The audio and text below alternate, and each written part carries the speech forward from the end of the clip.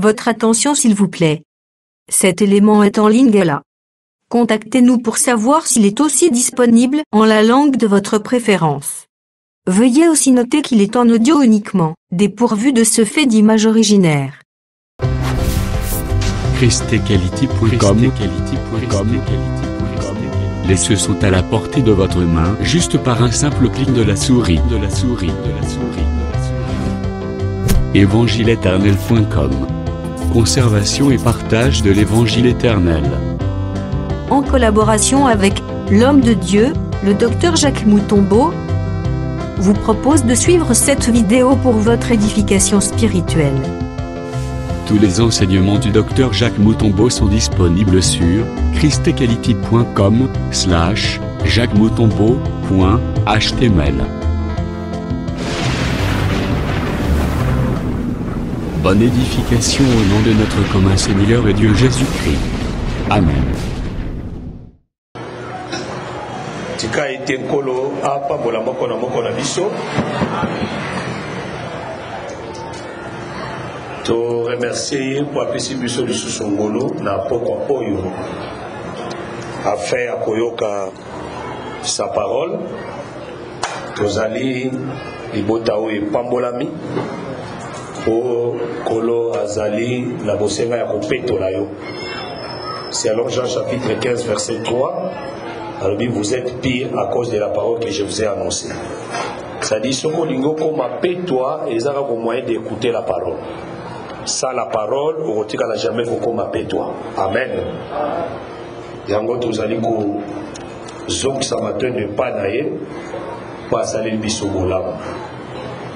Dans Marc chapitre 5, dans à partir il y a verset nango 25. Marc chapitre 5, dans verset 25, qui dit: Or, il y avait une femme atteinte d'une perte de sang depuis 12 ans. Elle avait beaucoup souffert, entraînée de plusieurs médecins. Elle avait dépensé tout ce qu'elle possédait et elle n'avait éprouvé aucun soulagement. Mais elle peut aller plutôt en pirant.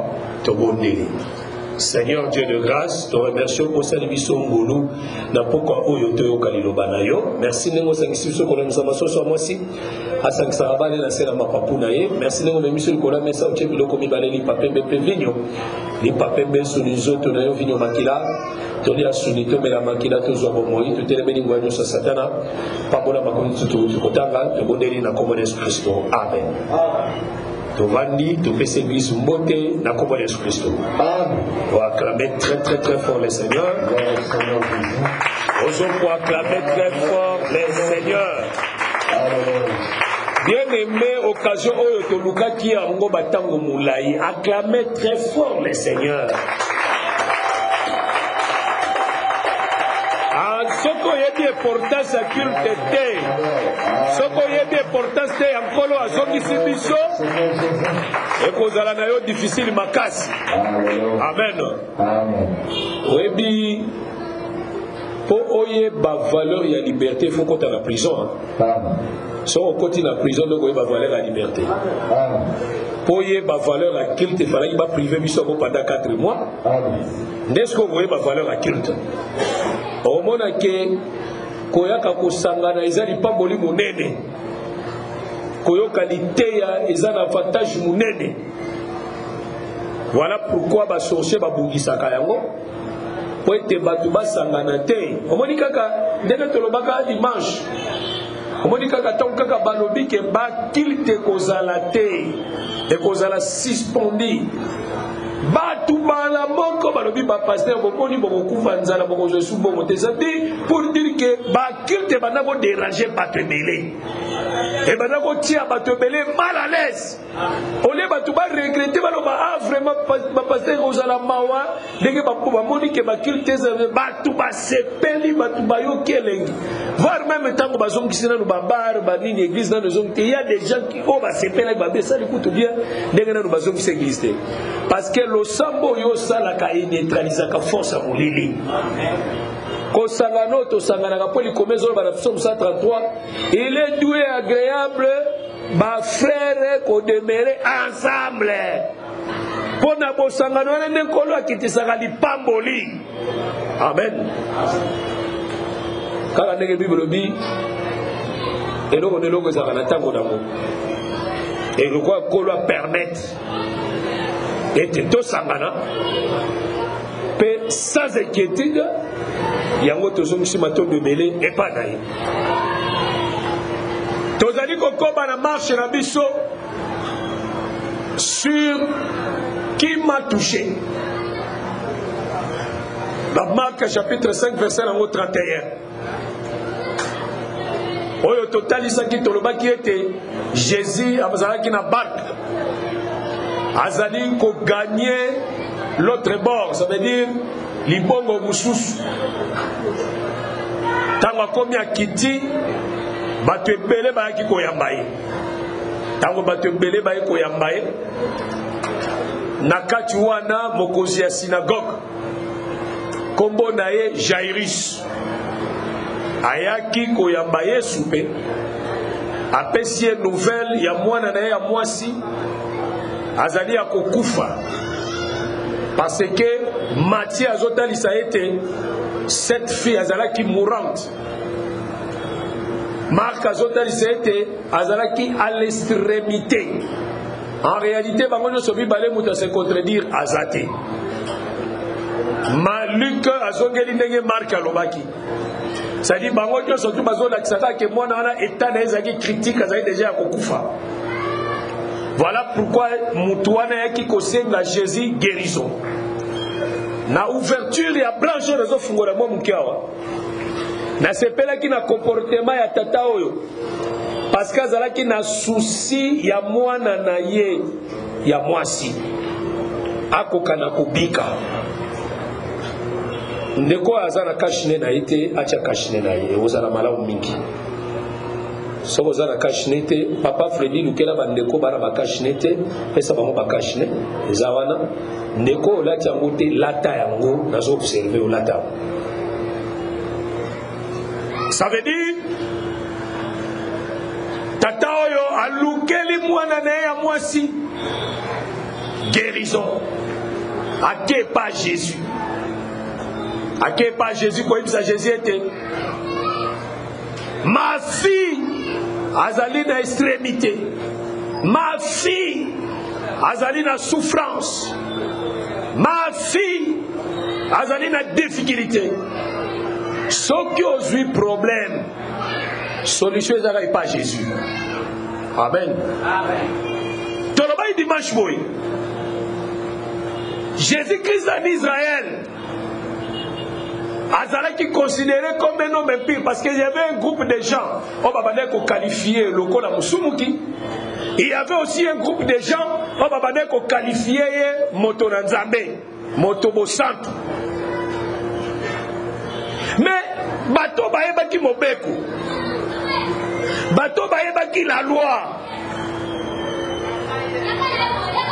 Bas sadducéens, bas pharisiens, bas scribes, bas sacrificateurs, bas docteurs de la loi, bas chefs ya bas synagogue, bas toi nous sommes basaki na lecture mususu et pas Yesu.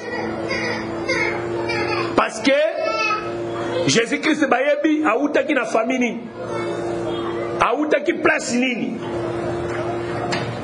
Bayebaki lokola mutu azali pauvre.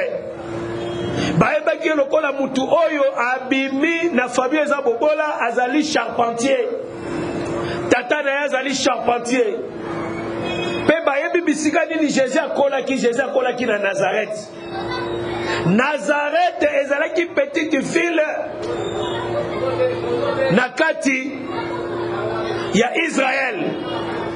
ezalaki mboka moko ya mukie pe ezalaki mboka oyo ezalaki lokola balie c'est-à-dire ezali bamboko ezali na se eza lokola bokolimbisa eza exemple babalie partout ezalaka partout babalie eza bamboko eza na bafin fort eza na bafin fort ozwi neti bakitoki mosi ozwi neti bamalweka ozwi neti bakisensu ozwi bamwa eza babenga yango babalie eza bamboka oyo eza na basuka Nazareth mpe ezalaki bongo yango moni motuna etunamaki eske eloko ya malamu ekobima na Nazareth eske eloko ya malamu ekobima na Nazareth bazali kolobela yango mpo na nini bazali kolobela yango nde na Jésus c'est que même na prophétie même ntango batalaki na prophétie bamonaki ke sauveur akobima na Nazareth te parce que na Nazareth ezalaki mboka ezala mboka ya bapauvre mboka ya babola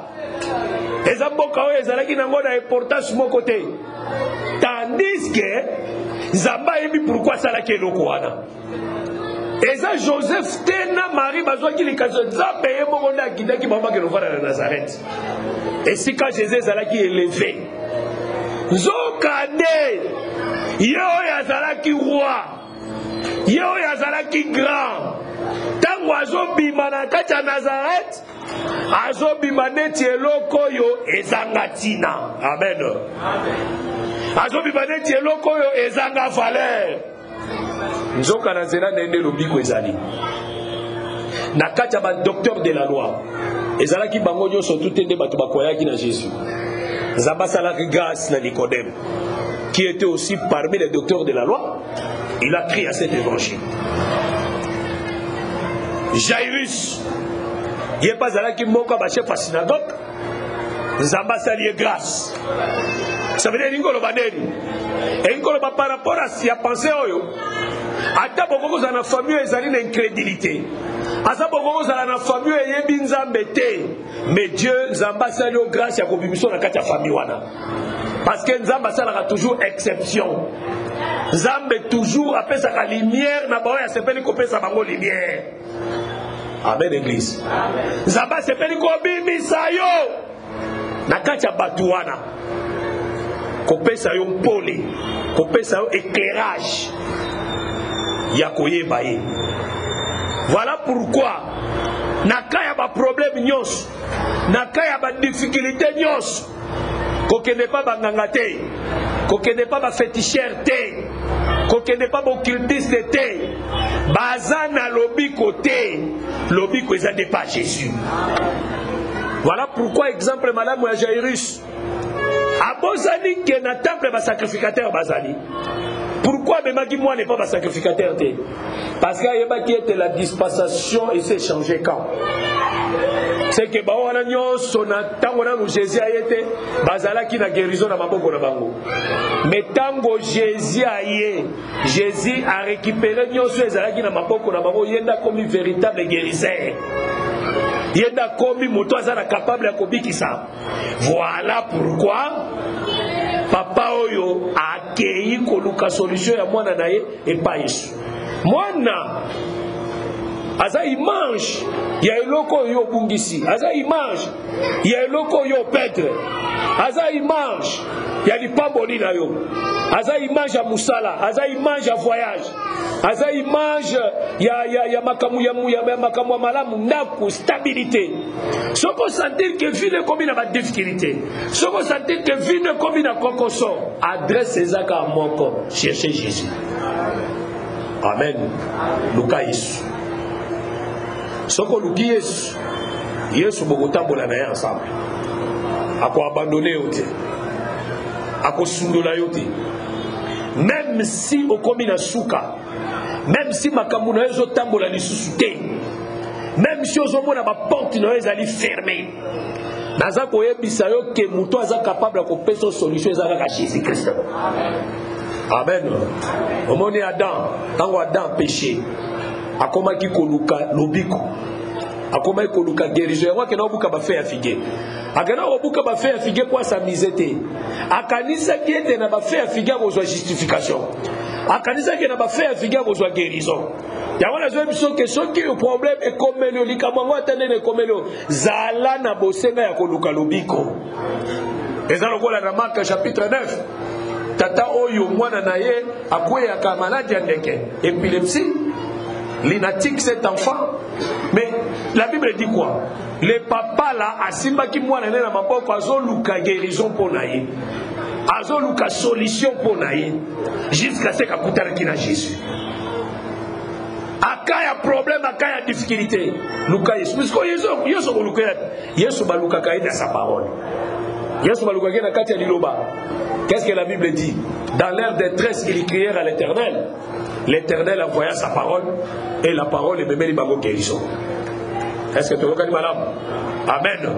Ça veut dire dans une exhortation, cet homme ici, malgré moi, Nanayazo Koufa, mais à Sundola qui était, alors qui était que bon, ça va essayer de moi, Abaniko Lukalobiko ya moi, il y a autant de ceux qui m'ont montré comme il n'a pas de problème. Commerce, comme il n'a pas de difficulté. Les affaires, ma comme non yoso. Ils ont marché sous malamouté. Cherchez Jésus. Jésus a fait ça qu'il y a. Et ça, la femme cananéenne, dans Matthieu chapitre 15, elle aussi, quand on a constaté que moi, Nanaïa, elle est malade, moi, Nanaïa, elle est koufa, à qui qu'on Jésus. Jésus a même la guérison. Ndako na ekota ki na lobiko. Amen. Eza lokola centenier, chef à soldat et romain, serviteur nazo bela, serviteur nazo kene ko kufa, akei ko luka Jésus. Amen. Akei luka Jésus. Kuto akei ko ebisa Jésus ni na lobi. Oza même pas digne ya kokota na ndako na ngai. Dis seulement un mot. Mon serviteur akobika. Amen. Dis seulement un mot. Jésus a dit à l'obi, même en Israël, na mona kondima ya munene ya moïse. Wana eza lite ya mobiba to kolobela kote. Et tozolo bade, soki mutu aza na foi, kondima na ye peut dépasser tout le monde. Kondima na ye koki koleka ba kondima ya bato mususu. Parce que quand vous allez na kondima, mais vous croire que Jésus peut te sauver. Mais mususu aza na kondima pas croire que na kondima na ngao Yesu capable de résoudre ça problème oyo. Na zo biso que ça na problème moko te za makasi koleka Jésus. Rien n'est possible à Dieu. Tout est possible à celui qui croit. Amen. Tout est possible à Dieu. Ce qu'on s'attache à lui, on peut s'y confiance. Zabana on peut s'y Amen. Mais aussi, ma qui fait ton le qui était. Moutou yaza image. Il y a Israël qui était venu chercher la guérison, qui était venu chercher la solution et pas Jésus. Ton le qui était Jésus, c'est l'image du soleil. Oui, pendant qui parcourt le matin. Ils allaient au tambola, ils ont quelque part. Et la Bible dit ceci. Tant que tu as ébissi Jésus, babali ko marcher ensemble avec Jésus. Tant que babali ko tambola ensemble avec Jésus, na kati ya marche na bango. Bible mentionnait aussi il y avait aussi une femme. Ezaïe pena moi simoko azalaki kotanga makila pendant 12 ans. Tangazo tanga makila pendant 12 ans. Balaïko baïko ko expliquer et comme moi soit toqué dans mon frère tant qu'il a biso. Dans verset 25 voilà. Il y a une exhortation pour tous autres voilà pourquoi lelo d'être ensemble dans tina na ngo. Parce que Togoki ko commenter qui m'a touché, sur le tobadi ko expliquer ba mouvement prophétique wana te. Or il y avait une femme atteinte d'une perte de sang. Oh ezalaki na mwasi moko abandaki ko perdre makila na ye. Depuis 12 ans. Utambula zomi na mibale. Elle avait beaucoup souffert entre les mains de plusieurs médecins. Anyokwa makimingi na maboko ya baminganga. Elle avait dépensé tout ce qu'elle possédait. Azalaki abebisaki nyonso yazalaki nango. Et elle n'avait éprouvé aucun soulagement. Pe azwaki ata soulagement te. Ah, bazolo bananu guérison te, bazolo bananu en terme ya soulagement. Amen. Donc ça veut dire soulagement na guérison eza biloko mibale. Ça veut dire tu peux être soulagé mais non guéri. Amen. Ça veut dire même na terme à soulagement azwaki a monter. Toi avancer frère. Mais elle était plutôt en empirant. Azalaki de kokende kokoma lisusu mabe koleka, c'est-à-dire situation ezali lisusu ko s'empirer, ko s'aggraver à tout moment. Amen. Amen. Amen. Naoum chapitre 3 verset 13.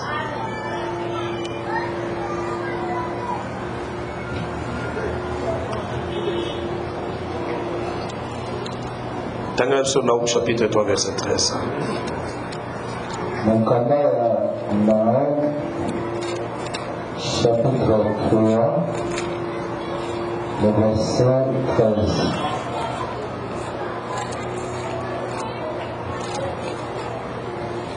Naoum chapitre 3.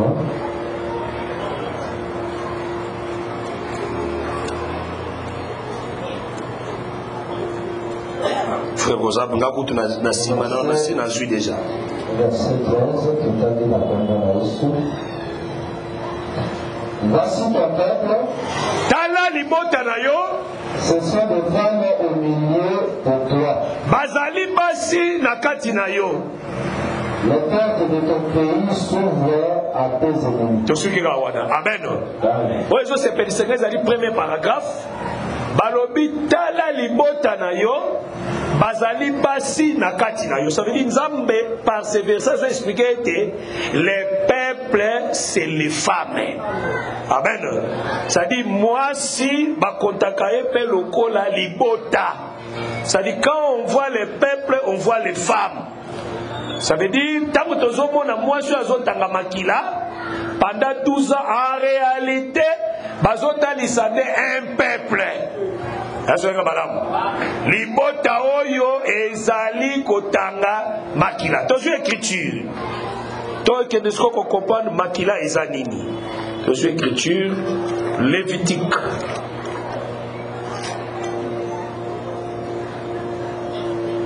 Lévitique chapitre 15. Toujours verset 2. Okita. Lévitique chapitre 15, le verset 2, tout à dit. Non, non, je verset 19. Verset 19, verset 2, mais verset 19. Lévitique 15, 19. Lévitique chapitre 15, le verset 19. La femme qui aurait un fruit. Moi, shoyo akozala na botangi ya makila. Un fruit de sang en sa chair. Mukotanga ya makila na mosuni na ye. Restera 7 jours dans son impureté. Akotikala mikolo sambo na impureté na ye. Ça veut dire kotanga ya makila selon la loi bazobenga ngo impureté. Bazobenga ngo mbindo. C'est-à-dire moi je suis à kotikala na mbindo na ye pendant mikolo sambo. Ça veut dire mikolo 7 jours.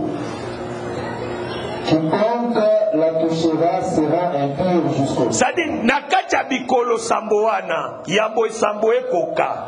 Oyo nyonso akosimba ye akokoma mbindo. OK? Tout sur lequel elle couchera. Betu nyonso ye akolalela. Pendant son impureté sera impur. Utana tango na ye ya mbindo. Mbetu wana ekokoma mbindo. Et tout objet sur lequel elle s'assiera sera impur. Et objet nyonso eloko nyonso ye akofandela ekokoma mbindo. Quiconque touchera son lit lavera ses vêtements. Oyo nyonso akosimba mbeto na ye akosukola bilamba na ye. Se lavera dans l'eau. Akosukola ngo na mai. Et sera impur jusqu'au soir. Et akokoma mbindo kino na pokwa. Quiconque touchera un objet sur lequel elle s'est assise. Oyo nyonso akosimba eloko nyonso ya fandeli. lavera ses vêtements, akosukola bilamba na ye, se lavera dans l'eau, akosukola ngo na mai, et sera impur jusqu'au soir. et akokoma mbindo kino na pokwa. S'il y a quelque chose sur lui, ok, amen. amen. Parce que ça m'a il y a des mouvements prophétiques.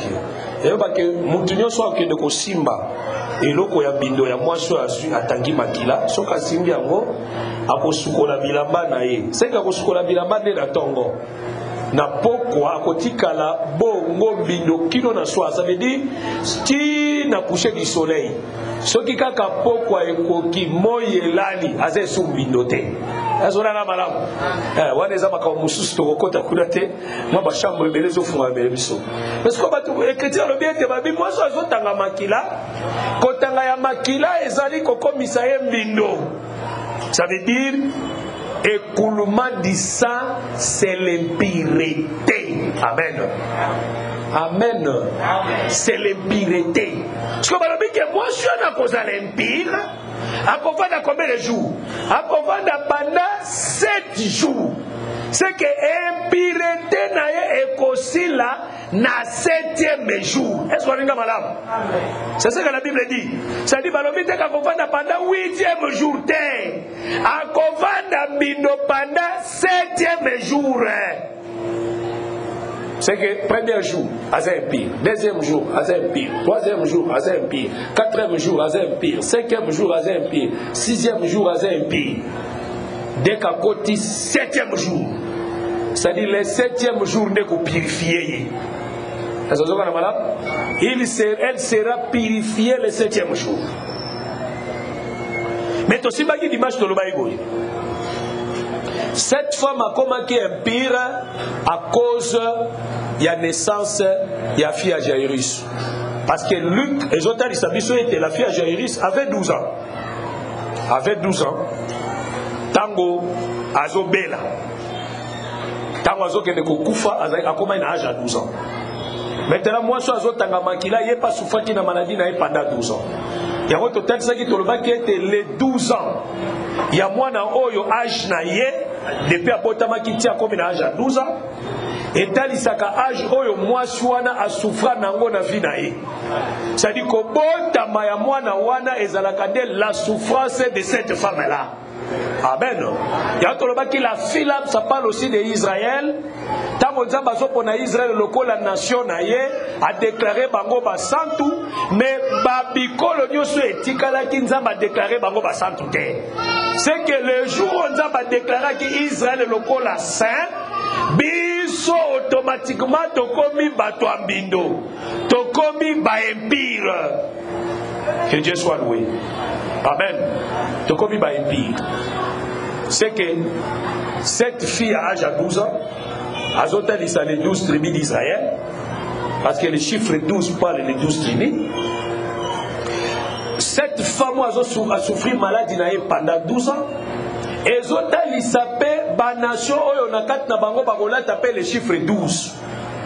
Parce qu'en réalité, il y a le chiffre 12 il y a Israël, et ils appellent le chiffre 12 il y a des disciples à Jésus-Christ.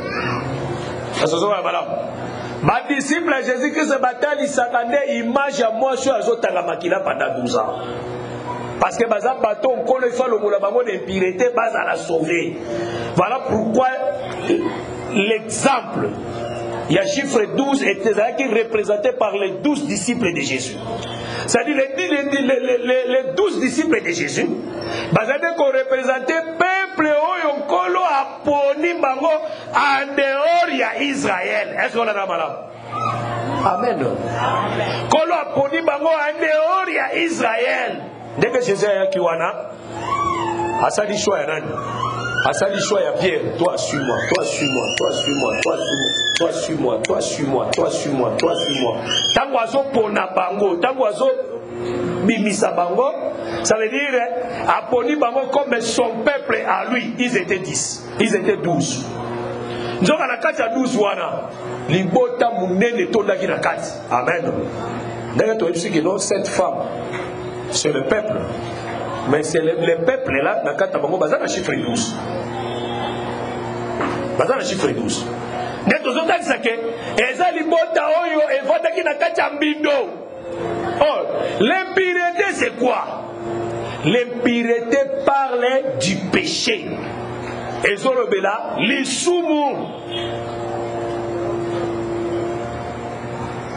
Nayi kotalisa oboyi. Kokweya ya Eve, parce que Eve azalaka pe mwasi oyo atangaka makila. Parce que Eve tango apuki mobeko, tango apuki mobeko akomi suye. Tango akomi suye, ça veut dire akomi impie. À d'autres termes, ce qui Adam a touché à Eve, c'est-à-dire animalité à Eve mange le fruit. Adam il a comme impureté. Et donc comme ça, Adam impire, c'est parce que a touché à Eve. Oh, selon la loi, moi je suis un makila za impire, mon bala aussi baïté. Amen. Soki mobala simbie mobala wana kokoma mbindo à cause de l'impureté ya mwasi wana. C'est que mobali oyo bazolo ba simba mwasi te, c'est que mwasi aza mbindo mobala aza mbindo te. C'était une prophétie. C'était une prophétie. Que ça veut dire que simba mwasi wana soki mwasi wana mobala simbie mobala kozwa mbindo ya mwasi wana. C'est que mwasi wana kokoma pire. Amen. C'est que mwasi wana kokoma toi. C'est que par rapport à la loi, l'interdiction est fait qui que mobala simba moi suanate. Yo qu'est-ce que l'écriture n'est lobby? Et lobby que moi suana konvanda na mbindo na pendant 7 jours. Mais fais attention, 7 jours est la prophétie munene. C'est que avant comme ma 7e jour, il faut dans notre temps la étape il y a 6 jours. Amen. Il faut dans l'étape il y a 6 jours. Sur l'étape à 6 jours, comme à 7e jour. Au loin, lobby boye. Par rapport, il y a Exode 20. L'homme travaillera pendant 6 jours. Le 7e jour entrera dans le repos. Mais il y a la création. Vous avez la création, c'est ça la bouille. Premier jour, alors il y a un soir, il y a un matin. Deuxième jour, il y a un soir, il y a un matin. Troisième jour, il y a un soir, il y a un matin. Quatrième jour, il y a un soir, il y a un matin. Cinquième jour, il y a un soir, il y a un matin. Sixième jour, il y a un soir, il y a un matin. Nzamba sukiwana. Mais dans septième jour, Nzamba lobate que il y a un soir, il y a un matin. Il y a un soir, il y a un matin. Souka dans sixième jour. C'est que dans sixième jour, il n'y avait pas la perfection. Amen. Oui, oui. Parce que dans le 6e jour, il y avait la lumière, il y avait aussi les ténèbres. Parce qu'il y avait soir, il y avait matin. Mais le 7e jour, nous avons le voté. Tant que nous avons commis le 7e jour, nous avons le 7e jour, Dieu se reposa. C'est que le repos est ramené dans le 7e jour. C'est que dans le 6e jour, il n'y a pas le repos. À part là, je comprends que selon Exode 20, Dieu a travaillé pendant 6 jours. C'est-à-dire, Mouton a travaillé pendant 6 jours, c'était Dieu lui-même. Amen. C'est que Dieu va travailler pendant 6 jours. Mais ce qui est commis dans le 7e jour, il va se reposer. Il y aura ce qu'on a le 7e jour. La Bible dit Dieu sanctifia le 7e jour, il bénit le 7e jour. C'est que dans le 7e jour, il y a le repos.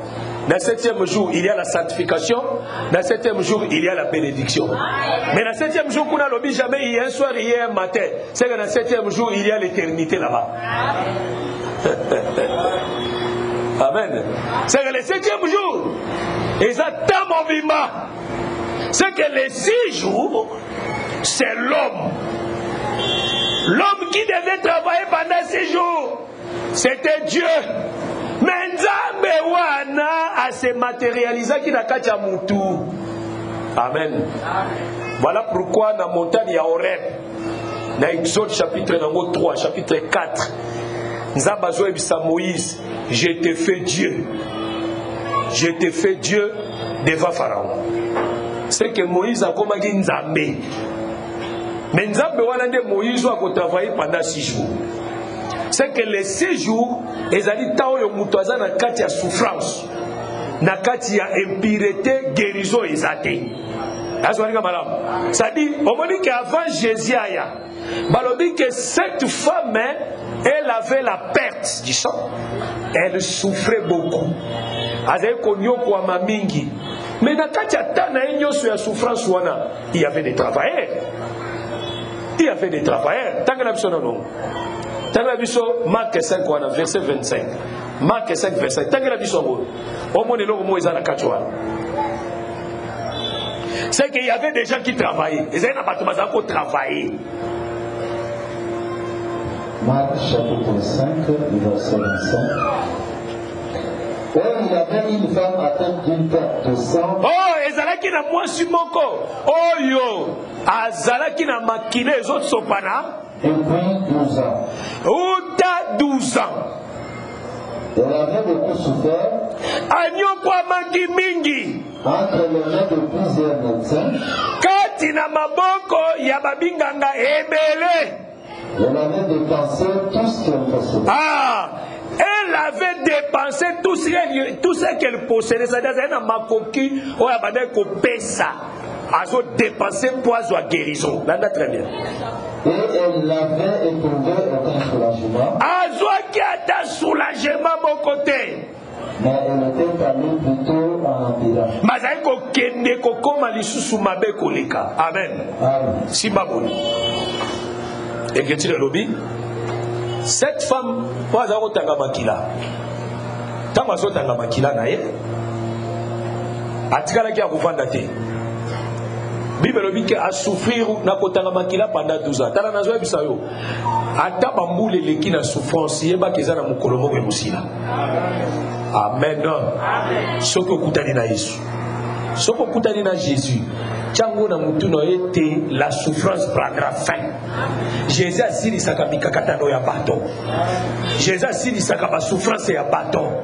Ezali solo te, c'est une vérité. Soko kutani na Jésus na bomo ino kotala ba anete. Ba ane ko prendre fin. Atozonyo kwa malelo, atozonyo kwa malobi, bechango na mutuno to ezana mukolo ko sepela. Oh amen. Ezana mukolo ko sepela bien aimé.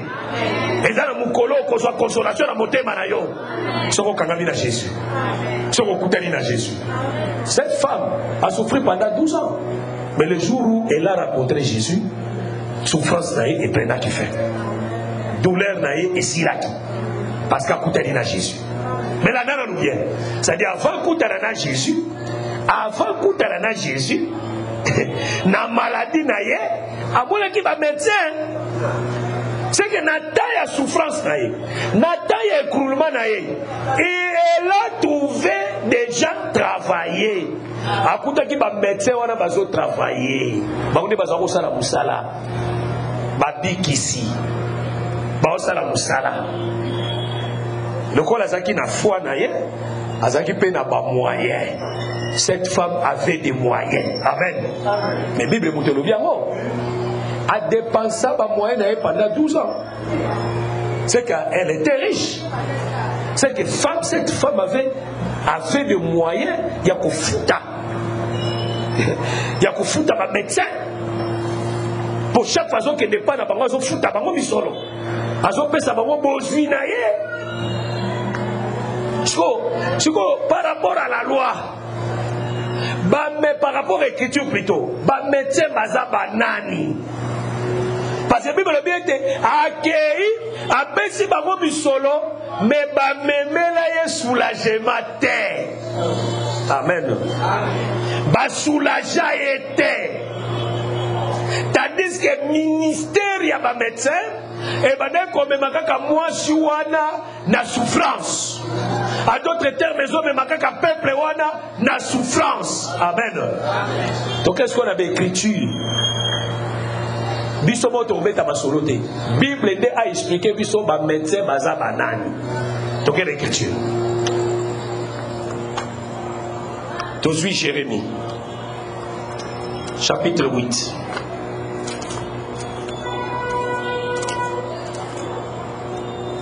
Sois encore rapidement, frère. Jérémie 8, verset 22.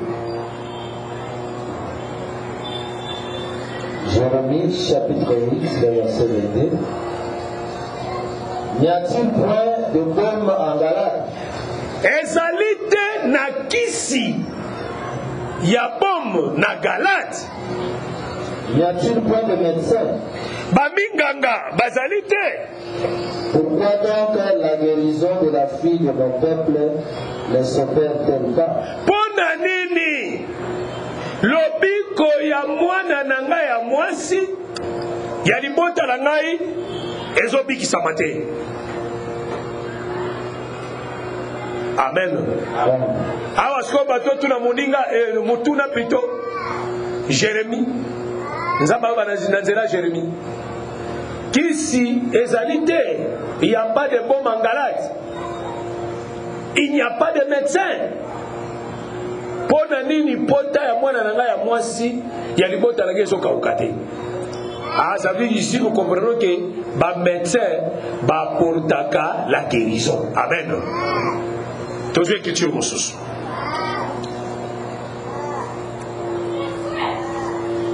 Tozwe Job.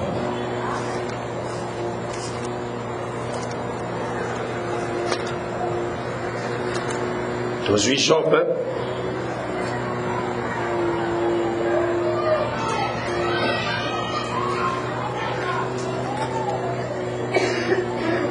Tozwe Job 13. Verset 4. Car vous, et tanga rapidement, Car vous, pointe bino, vous imaginez que de fausseté, bino bozo kanisaka ka lukuta, vous êtes tous des médecins de néant. bino nyonso bozali ba minganga oyo bazanga tina. Amen. Amen. Amen. Amen. Awa Job, un rappel de Mosulé nyonso. Job a tombé malade. Bami na emisa to baye ko visiter. Bami na emisa to baye ko visiter. Job a kanisa ki bami na emisa to ba komemela la consolation, ba memela soulagement. Mais tant avandi na bango a constater que musala nyoso basala ki likolo na ye et produit nango eloko te. Est-ce que on a la madame? Et produit nango eloko te. Abengi alobi na bango ke bino bozo kanisa kaka lukuta. Dans le dossier, on est noté sur le mensonge des 3 amis de Job. Mais alors, bien avant que vous êtes tous les médecins de néant. Boza binonyo so baminganga bazanga tina. Amen. Oh, ce qu'on suit les 3 amis de Job, c'est que ceux qui ont zongi na Jérémie 8. Les médecins, il n'y a pas de médecins.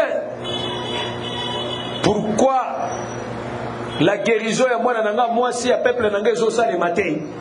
C'est que tu comprends que là-bas il y avait que 3 médecins. Est-ce que vous avez madame? Parce que les 3 amis de Job avec qui les médecins.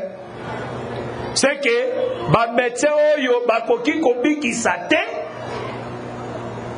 bakoki ko guérir te, bazade image à la loi des prophètes et les psaumes.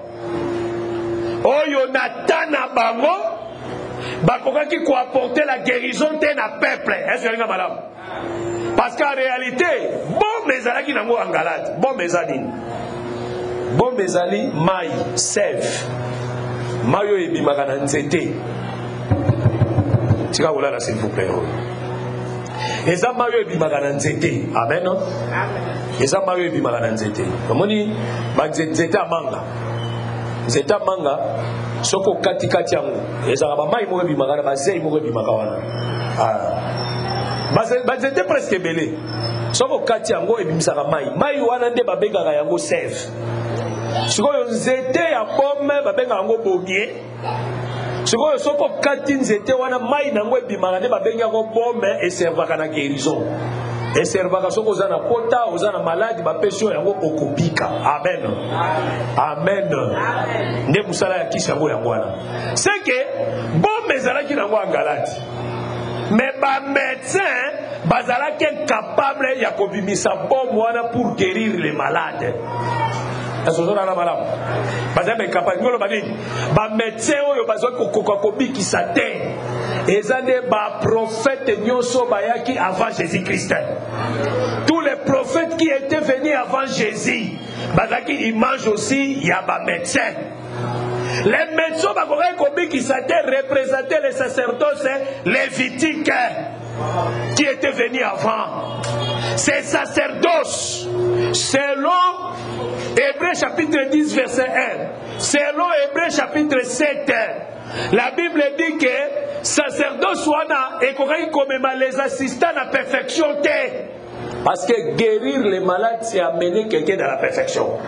Guérir les malades, ça veut dire enlever les péchés. Amen. Enlever les péchés. Il y a un moment où Jésus dans Luc chapitre 4.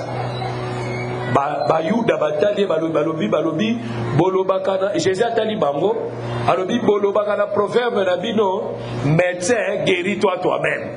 Jésus-Christ est comme le véritable médecin. Ayakinde komibi kisa. Amen. Oh, Jésus comme le véritable médecin. Ayakinde komibi kisa. Nengenini.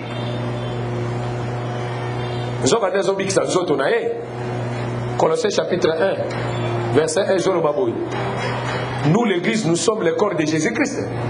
Jésus c'est la tête, n'est-ce pas? 1 Corinthiens chapitre 12. Nous sommes les membres du corps de Jésus-Christ. C'est le temps où les chrétiens sont médecin guéris-toi toi-même. En d'autres termes, Jésus comme le véritable médecin, il guérit son propre corps. Oh, son propre corps que Jésus guérit, les habits sur l'église. Amen.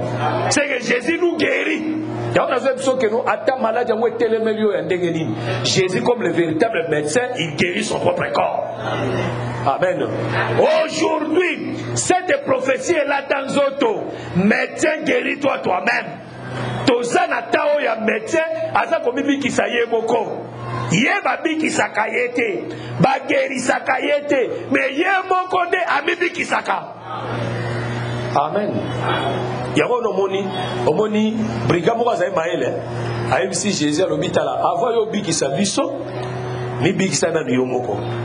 Soko biki si yo moko, ndena si moko ya ko biki sa biso. Mais brigamo ya zai kolobana, c'était l'image à Israël. C'est-à-dire Israël a conquis nous qu'on soit guérison, te ceux qui médecin mi biki si na yo moko te. C'est que Jésus qui est comme le véritable médecin, il guérit tout d'abord son propre corps. Soko asili si ko biki sa biso, si ma ko biki sa ba bisusu.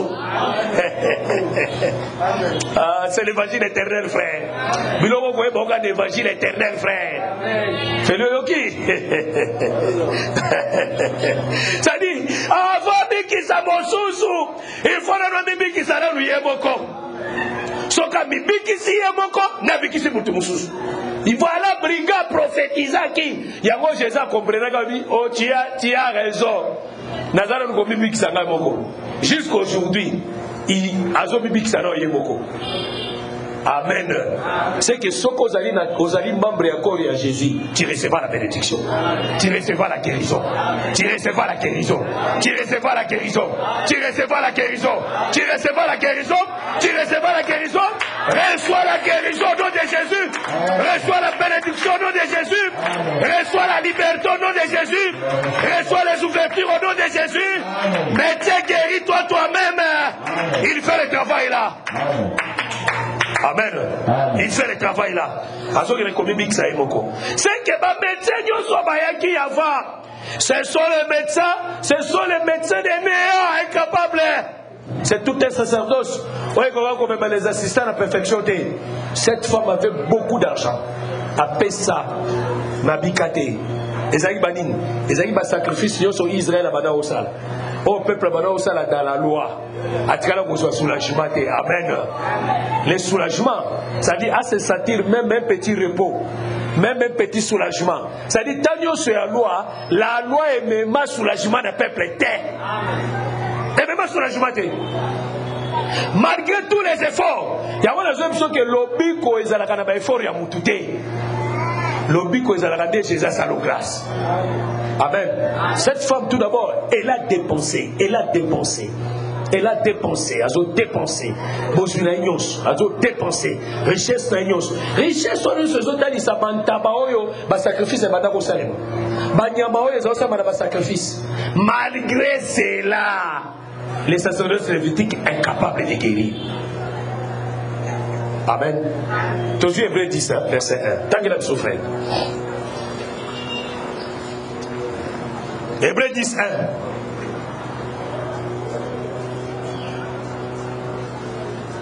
Hébreux, chapitre 10, verset 1er. En effet, la loi qui possédait une ombre de bien à venir, Na yango, mobeko oyo ebandaki koposede elilingi ya makambo ekoya. et non les actes de représentation de choses, E yango ezalaki te makambo ebandaki kopesa sikisiki to solo. ne peut jamais, par le même sacrifice, Ekokaki te kaka na basakrifisi moko wana qu'on offre perpétuellement chaque année, oyo babandaki kobonza yango mbula nyonso amener les assistants à la perfection. emema bato oyo bazalaki koasiste na bobulisami. Amen. Amen. Amen. Amen. Amen, église. Amen. C'est-à-dire, balobi, sacrifice oyo ebandaki kosalema chaque année. Les sacrifices qui se faisaient chaque année. Les sacrifices qui se faisaient chaque année. C'est-à-dire, nous sommes sauvés par la grâce. Hein? Nous sommes sauvés par la grâce. Ceux qui n'ont alliance à l'élo, pour dire qu'il faut aller dans le bon wébéré. Offre à chaque année banyama. Offre à chaque année banyama. Bah même personne on a dit bah c'est offrir banyama wana, mais même pas on a perfection. Les assistants. C'est-à-dire, la femme, pendant 12 ans, la femme impire, Azalaki assistant. Amen. Elle assistait. Dans le service, apesi bojunae, croyant que la bojio ya kopesa, bakomemela guérison, bazwa guérison te. Amen. Azwa guérison te. Mais chaque fois bané kopesa, chaque fois bané kopesa, eza image, il y a un sacrifice, il y a bané kopesa chaque année. Mais matin, et même matin, pour la perfection. C'est ce que la Bible dit que moi, je suis Tangamakila pendant 12 ans. Moi, je suis Tangamakila plutôt. Akoumela pendant 7 jours. 6e jour. Et ces étapes, nous sommes offrir. Mais l'obico est atteint. Amen. C'est c'est la 4e jour, 7e jour. Amen. Elle attend le 7e jour. Elle attend le 7e jour. Mais la zone qui est construite, c'est pour le baboui. Attends ma souffrance de Oumeli. Attends ma camonoe Oumeli. Yeba que Mouto a capable de Oumeli qui soit azali. Amen. Qu'on perd espoir. Ça la confiance n'est pas Jésus. Biso de total à Kabaage. Biso de total à Makabuko Oumela. Mais Yesu na programme n'a pas regardé les jours de sa guérison. Les jours où il va guérir son membre, son corps. Parce que corps n'a pas membre. Ce qui est le boko est biki, le koloko seka le boko te. Parce qu'il y a des membres et corps à Jésus. Il y a un tour na vous avez guérison. Amen. Parce que quand on a que Cana est à Jacob. Parce que Cana a 12 parties. Oh, Cana a 12 parties, c'est Jacob. Yo so vu portion ya mabele ko sekate ona no azuite poye pa ko joie parce que za na kati ya Jacob soko za na kati ya Yesu tapa ezali soko za na kati ya Yesu lipambo lino ezali soko za na kati ya Yesu moso na yo babombeli yo pe ezali restez na confiance en Nzambe comme tu es dans Jacob Moïse ayebio soko za na kati ya Jacob soko za na liste ya Moïse solo ezanzambe Jacob est Jésus-Christ. Soko oza na kati ya liste à Jacob na kati ya Yesu. Nzamba yebio. C'est que yo pour vous portion ya mabele. Que le Seigneur vous bénisse. Amen.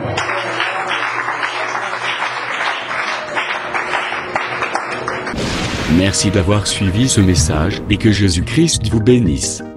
Si vous avez une question à l'intention de l'homme de Dieu, si vous voulez que l'homme de Dieu prie pour vous, si vous voulez vous confier à l'homme de Dieu, ou si vous voulez tout simplement bénir l'homme de Dieu, contactez-le directement si ses coordonnées sont disponibles depuis sa page. Sinon, contactez-nous et nous lui transmettrons vos préoccupations. N'oubliez pas de faire un tour à notre page évangélisation pour voir en quoi vous pouvez vous rendre utile à Christ par cette œuvre. Que Dieu vous bénisse tous. Amen. ChristQuality.com les cieux en un clic de la souris. Évangile-éternel.com, le site de l'Évangile éternel.